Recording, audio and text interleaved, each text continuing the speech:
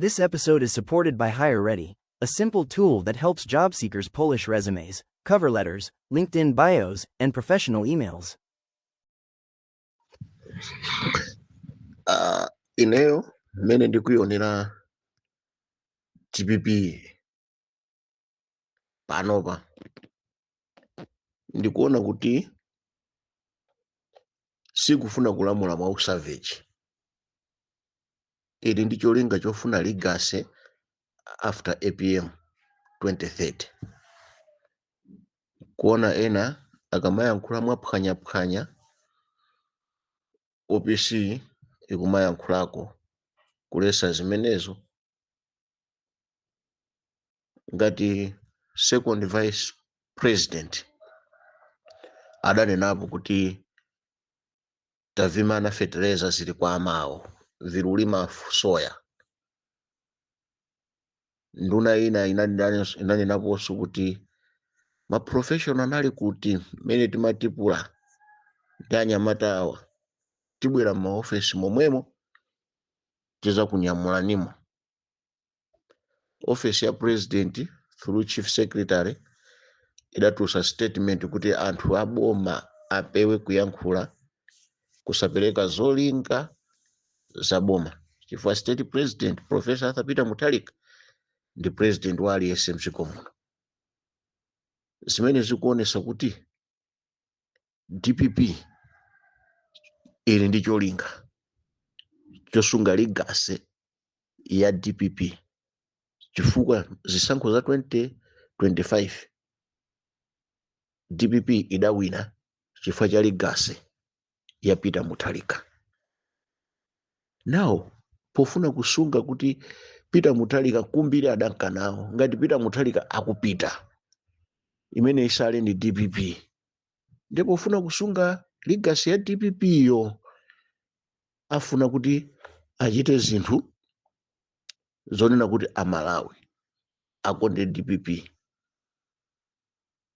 So kuli anthu ena amene sakufuna ziti sakufuna zimenezi, sakudziwa zimenezi, chifukwa anangozolowera iwowo mukuyankhula kwawo kwathamo kuja kunena kuti ngakhale 2020 2019 adali anthu omwewo amene anthu amadana nawo.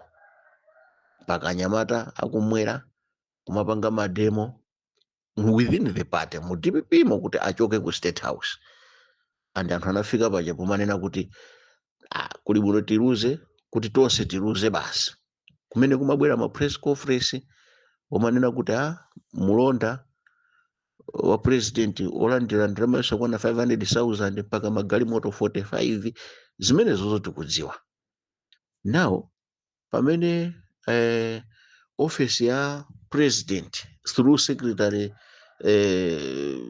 chief secretary akulowererapo ndikuti akufuna kuonesa kunena kuti legacy ya chipani chimene chili mboma cha DPP ikhalebe even beyond 2030. So anthu amene amayankhula kuti abwantasa abwampini akulukunyinda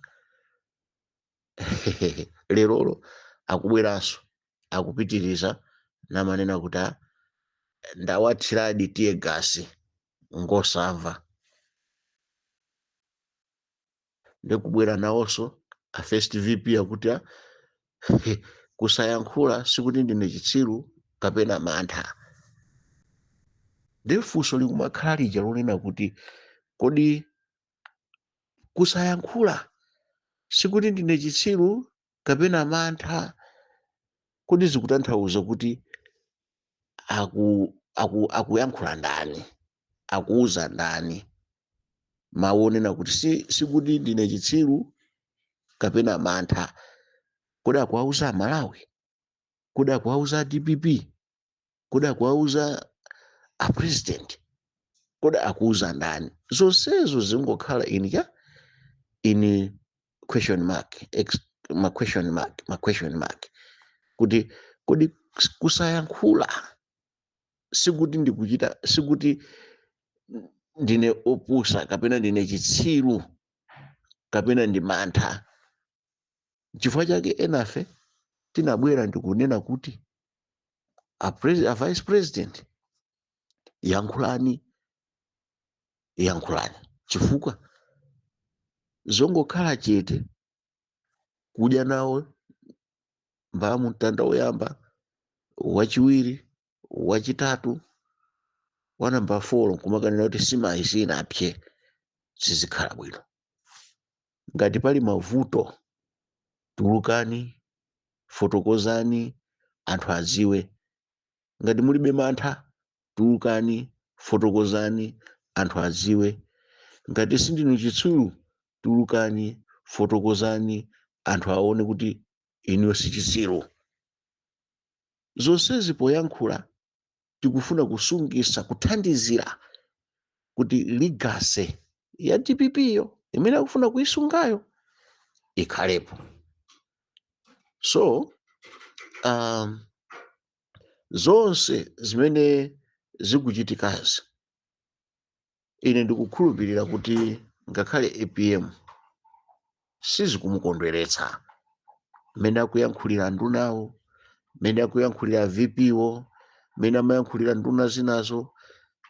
Ndikukhulupirira kuti ngakhale APM sizikumukondweretsa, komanso ngakhale anthu iwo amene akufunadi kuti chipani cha DPP chili kumtima kwawo kufuna kuti chizapitirire kulamula after APM 2030 sangakondwere. Ndekuli agalu okuwa ajaonena kuti mbuye wawo akudya pa tebulo zonona, iwo olo mafupa sakuwaponyera, everyday akukhalira kulira kudandaula.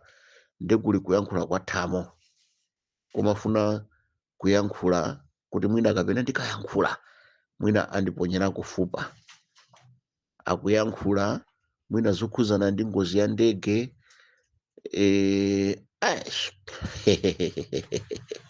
kumayankhula ngati kuti iwo mwina ndi membala wa National Governing Council nde anali meeting. Zimene akuyankhulazo ndi zimene ngati DPP yakonzekera kuti tikayankhule kwa Malawi, kuti iwowo nde kuti ndi spokesperson wa boma kapena wachipani na malomba wakonko. Pokamba akukamba za ngozi ya ndege ngati kuti idali yokonza, ndi pena kumaganiza kuti chabwino iwo ngati akudziwapo kanthu za ngozi, why kumalola kuti ndalama zambiri zionongeke paka fresh inquiry iwo usangobwera ndi kuyankhula kuti chidachitika ndichi. Koma Malawi tizindikire kuti ngozi ya ndege ija ngati idali yokonza, anthu akudziwa ndi Mulungu, koma ife tikatenga udindo wa Mulungu nkukhala m'manja mwathu titha kulanga aliyense mmene tingafunire. Zona anthu kumakamba kuti chifukwa chani chakwera, akati muzitipasa malipoti every 4 hours. Abale, 4 hours ikukhala yayikulu kwambiri. 4 hours kutekwa mafuna zija kuti kuchoka munthu achoke mu Lilongwe apite akafike ku Mzuzu, ndesanafike ku Mzuzu akhale kuti wapereka kale report kwa president, anene kuti muzindipasa report every 1 hour, every 30 minutes. Zona office ya president ingagwire ntchito moteromo kuti ku 4 hours inali yochepa kwambiri. Koma mukulankhula zokhala ngati kuti 4 hours yo ndekuti anapangapo chimo president Dr. Lazarus Chakwera. APM adatusa statement kuti ndikupereka mphamvu ku Public Accounts Committee inquiry ndipo sindibakira aliyense ochita corruption pa nkhani ya 128 billion. Pano tili masiku opitirira 120, chichitikireni nkhani ija ya 128 billion. Amalawi, can we fault the president as to why masiku akupita sakuyankhulapo andi mpaka tikafike ponena kuti ndekuti adaba nawo chifukwa choti sadayankhulepo? chifukwa kuti masiku achuluka. So mukaona munthu akupha chilima, chimene ndikuchiona ineyo ndichoona kuti anthu akuona munthu akupha chilima momwe aziona what happened kuti chilima ndiyena afe. What happened? Chimenecho ndi chimene anthu akuyang'ana kuti what happened. Komiti yofufuza za ndege ili bize paliponse kujambulitsa, kuyika mastatus, kuyika mapeji mwawo pa Facebook, kupereka interview ya zonse cholinga kupereka mkwiyo m'mitima mwa anthu ndi kukonzekeresa anthu kuti mwina azipanga chipongwe anthu amene angathe kukhala kuti atchulidwa kuti anapanga chinthu kapena mboni zija kuzikonzekeresa kuti zizikapeza moyankhula akamafunsa mafunso. Timapanga choncho, inquiry imakhala choncho. Ngati zina zonse tingamaziperekeretu kwa Malawi ma interview, why having final report in August? Mortuary attendant salira maliro akamasamala maliro umochale ngakhala atakhala kuti maliro ndi a best friend wake. Ine amuvoting Anjawala pokhala nawo mu komiti ya fresh inquiry ya ndege chifukwa Anjawala was very close to Chilima, ndi publicity secretary wa UTM. Kote kuti kwayika mmene mujamu kuti akafufuze nawo imfa imene ijayo. Chifukwa chake waja kumakhala achisoni akafika pamalo paja kujambula kumapunya pa Facebook page ayiwala kuti iwowo ndi mortuary attendant. Ngakhale anali very close to Chilima, panopa ali mu komiti imene amayenera kuti apereke ulemu wa komitiyo kuposera kuti azikhala ngati kuti iwowo angopita kukayenda ndi ajambulisa then akufuna kuonesa anthu kuti this is pamene anafera Chilima. Koma zili ngati kuti is trying to kuwauza anthu kuti akhale amkwiyo, this is what happened. Ma interview aja amene akuperekedwa aja kumakapereka kunena kuti ayi sikuti ndi anthu amene anapeza ndege koma anapeza ndege ndi asilikali. Kukhala ngati kuti kuperekeratu picture yoti panali bodza lina lake pamene munthu pamaliro anthu amatha kupasa uthenga wa maliro. Kwachitika maliro, chachitika ndi chani? Akuti anangogwa. Wina akabwere, mwina pamene akuti anangogwa koma mwina anapezeka zoti anali ndi zina zimene amapanga. Wina akumva kuti anangogwa, wina akumva kuti ayi akuti akankhidwa.